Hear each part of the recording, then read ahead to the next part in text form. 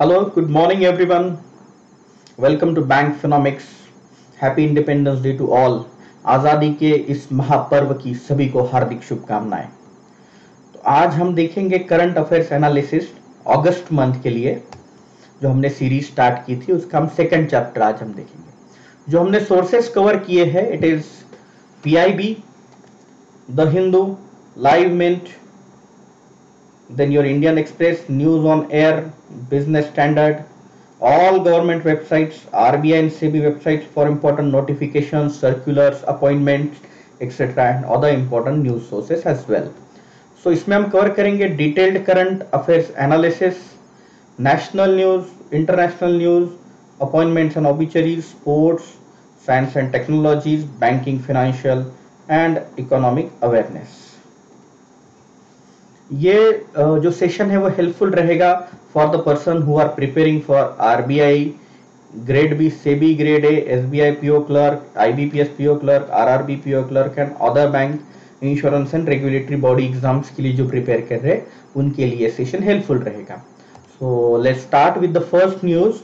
आज का हमारा पहला न्यूज है, डब्ल्यूएचओ ने मंकी पॉक्स को एक global public health emergency declare किया है of international concern. World Health Organization के जो डायरेक्टर जनरल है मिस्टर टेड्रोस एडहानम घेब्रेयेसस, इन्होंने मंकी पॉक्स को public health emergency of international concern, जिसे हम PHEIC भी कहते हैं, डिक्लेयर किया है।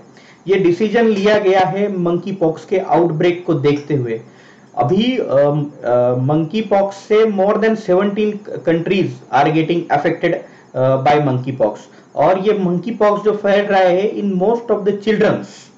तो जो childrens whose age is 1 year to 12 year, उनमें ये ज्यादा तरीके पे फैल रहा है। हम इंडिया में देख रहे हैं हैंड फुट माउथ डिसीज, जो कि बच्चों में हो रहा है।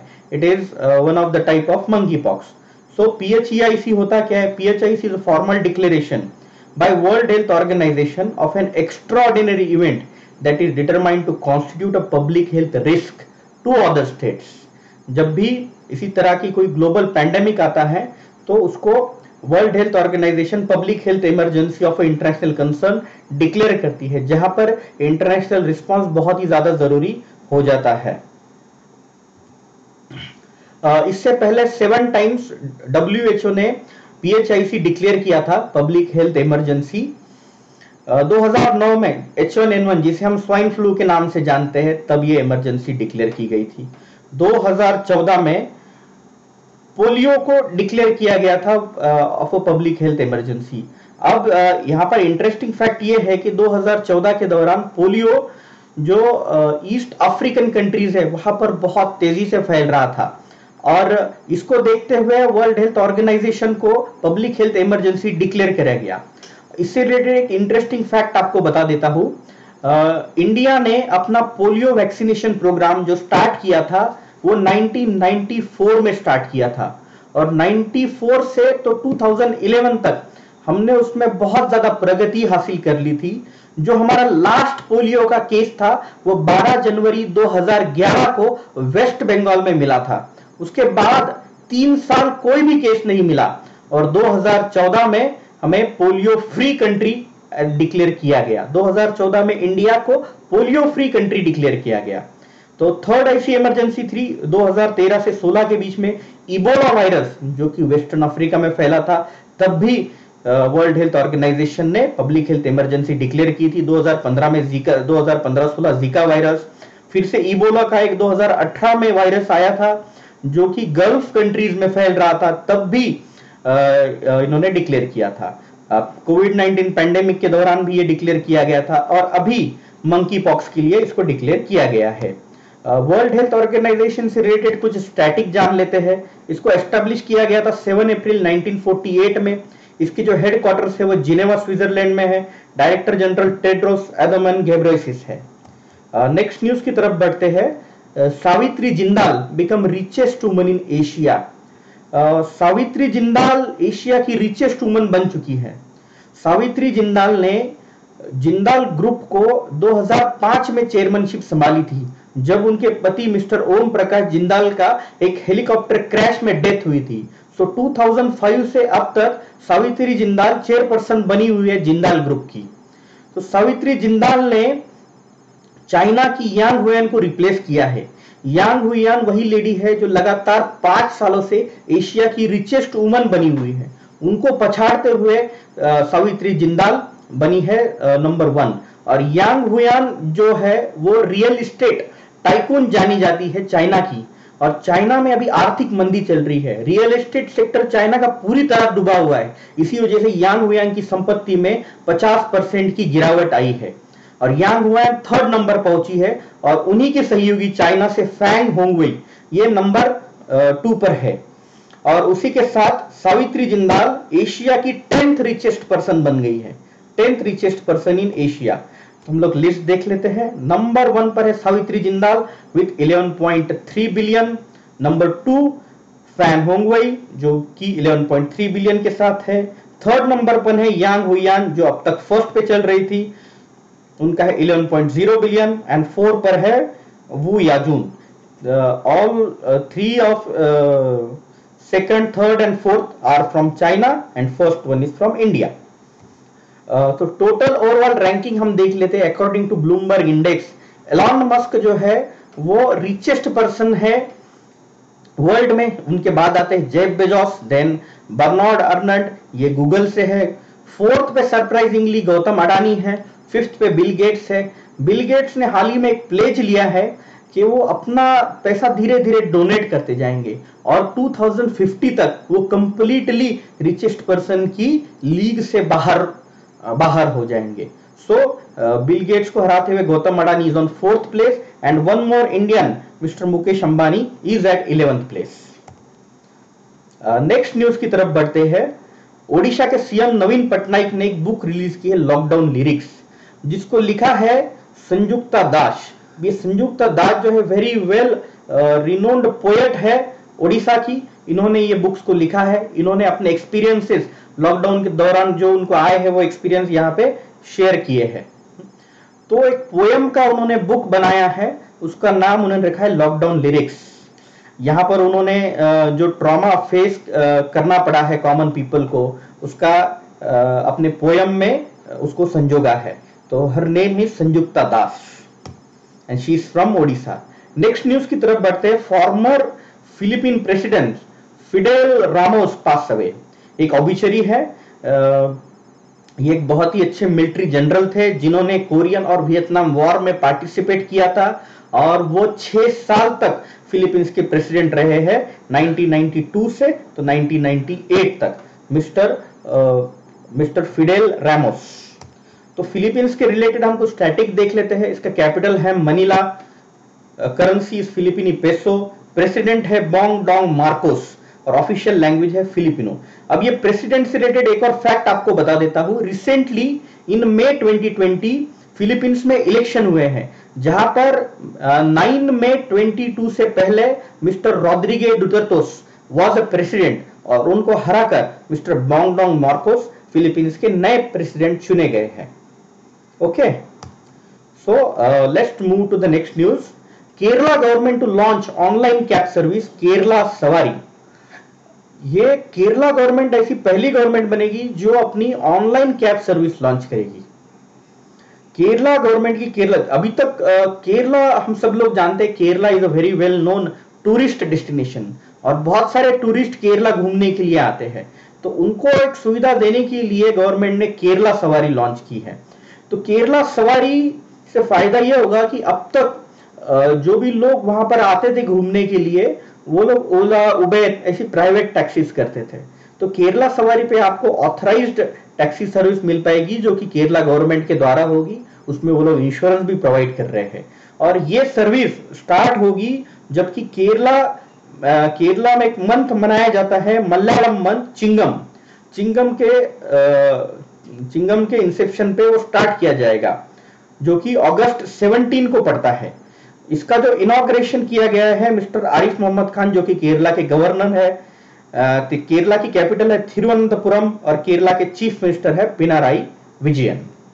तो यहां से आपको कैब सर्विस का नाम याद रखना है केरला सवारी और वो कब चल रही है कुछ डिटेल में पूछा जाता है तो in the Malayalam month of Chingam. Okay, So next news, RBI imposes restrictions on 3 urban cooperative banks. तो RBI ने 3 बैंक्स पर रेस्ट्रिक्शंस लगाए हैं। पहला है Jayaprakash Narayan Nagari Sahakari bank, Basmat Nagar, Maharashtra. Second is the Karmala urban cooperative bank, Solapur, Maharashtra. And third one is Durga cooperative urban bank, Andhra Pradesh. तो ये 3 बैंकों पर निर्बंध लगाए हैं। The restriction imposed on 3 banks under banking regulation act 1949। और इस एक्ट के तहत इन तीनों बैंक्स पर 6 महीने का रेस्ट्रिक्शंस लगाया गया है। आफ्टर 6 मंथ्स रिव्यू लिया जाएगा। अगर रिव्यू में ये अनसक्सेसफुल रहे तो इनका क्लोजर किया जाएगा। आरबीआई से रिलेटेड कुछ स्टैटिक है। आरबीआई को एस्टेब्लिश किया गया था 1 अप्रैल 1935 में। इसका हेडक्वार्टर मुंबई महाराष्ट्र में है। गवर्नर शक्तिकांत दास है।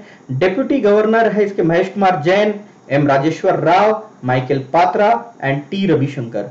रिसेंटली गाइज आपको याद होगा कि मिस्टर माइकल पात्रा ने एक रिपोर्ट रिलीज की थी रिगार्डिंग ब्लैक स्वैन, कि इंडिया में जो पैसा है वो खत्म हो रहा है, जो भी फॉरेन फंडिंग है अपना वो खत्म हो रहा है। इंडिया से बहुत सारा पैसा बाहर जा चुका है। और black swan event is unpredictable event, जिसमें कुछ भी अनप्रेडिक्टेबल फाइनेंशियल सिचुएशन आ सकती है। इसको एक रिपोर्ट में इनकॉर्पोरेट किया गया था मिस्टर माइकल पात्रा द्वारा। Okay, so next news, India and Egypt signed an memorandum of understanding to build a green hydrogen factory. तो ये ग्रीन हाइड्रोजन फैक्ट्री है, इंडिया की कंपनी है India ReNew Power private limited, जो इसके तरफ से अपने इंडिया के तरफ से इसमें पार्टिसिपेट करेगी। और वो इजिप्ट में अपना फैक्ट्री खोलेगी near Suez canal economic zone. Egypt में ये फैक्ट्री खोलेगी, जिसका जो प्राइस होगा वर्थ 8 बिलियन का इन्वेस्टमेंट वो इजिप्ट में करेगी, जिसके तहत 2000 tons of green hydrogen per year produce किया जाएगा। ReNew Power is India largest renewable energy company in terms of operational capacity. इसका जो हेडक्वार्टर है गुड़गांव हरियाणा में है। और सुमंत सिन्हा जो है वो इसके सीईओ है। सो एक मेमोरेंडम ऑफ अंडरस्टैंडिंग आपको याद रखना है, ग्रीन हाइड्रोजन पावर से रिलेटेड ये हुआ है। और इंडियन रिन्यू पावर ये इजिप्ट में ये काम कर रही है। इजिप्ट का कैपिटल कैरो है, करेंसी इजिप्शियन पाउंड है, प्रेसिडेंट है Abdul Fattah al Sisi. Next news is IMMI released report title internet in India. यहां से कुछ एक रिपोर्ट है, internet and mobile association of India ने ये रिपोर्ट रिलीज की गई है, जिसका नाम है internet in India. According to the report 346 million Indians use online transaction. Online transaction कितने मिलियन इंडियंस करते हैं? 346 मिलियन। ये 346 मिलियन जो है वो टोटल यूएस की पॉपुलेशन जो कि 331 मिलियन है उनसे ज्यादा लोग। टोटल यूएस की पॉपुलेशन कितनी है? 331 मिलियन। और इंडिया में ऑनलाइन ट्रांजैक्शन कितने लोग करते हैं? 346 million. As per the report online transaction in the past 2 years has increased by 51% from 230 million in 2019 में कितना था? 230 million. The report states that जो कि मेल यूजर्स है इंटरनेट के वो फीमेल यूजर्स से ज्यादा है, वेदर इट्स अर्बन पॉपुलेशन और it's rural population. So around 346 million are engaged in online transaction including e-commerce and digital payments. India will have more than 900 million internet users by 25. So 25 में 900 million internet users हो जाएंगे। Currently there are 692 million active internet users in India. So ये report आपको याद रखनी है। Move toward next news. World Breastfeeding Week. World Breastfeeding Week मनाया जाता है, जिसे WBWB कहा जाता है, अगस्त 1 से अगस्त 7 एवरी ईयर। ये 92 में पहली बार स्टार्ट किया गया था to promote the benefits of breastfeeding for both mother and the baby. इसका जो थीम है step up for breastfeeding educate and support, ये 22 के लिए थीम रखा गया है। ब्रेस्ट फीडिंग मनाने का एक और रीजन है कि there are 15% of the deaths are due to malnutrition in the child. Child's death जो होते हैं it is due to malnutrition. They are not getting proper food. So breastfeeding is the best way to nourish your children. Okay. Next news is Lok Sabha has passed the national anti doping bill. Lok Sabha ने national anti doping bill pass किया है to seeks prohibit athletes from engage into the drug activity and the doping activity. पहले ये काम national anti doping agency किया करती थी, नाडा। अब उसको गवर्नमेंट ने ये बिल के द्वारा ओवरटेक किया गया है, एक नेशनल बोर्ड बनाया गया है एंटी डोपिंग के लिए, और वो नाडा को ओवरटेक कर लेगा।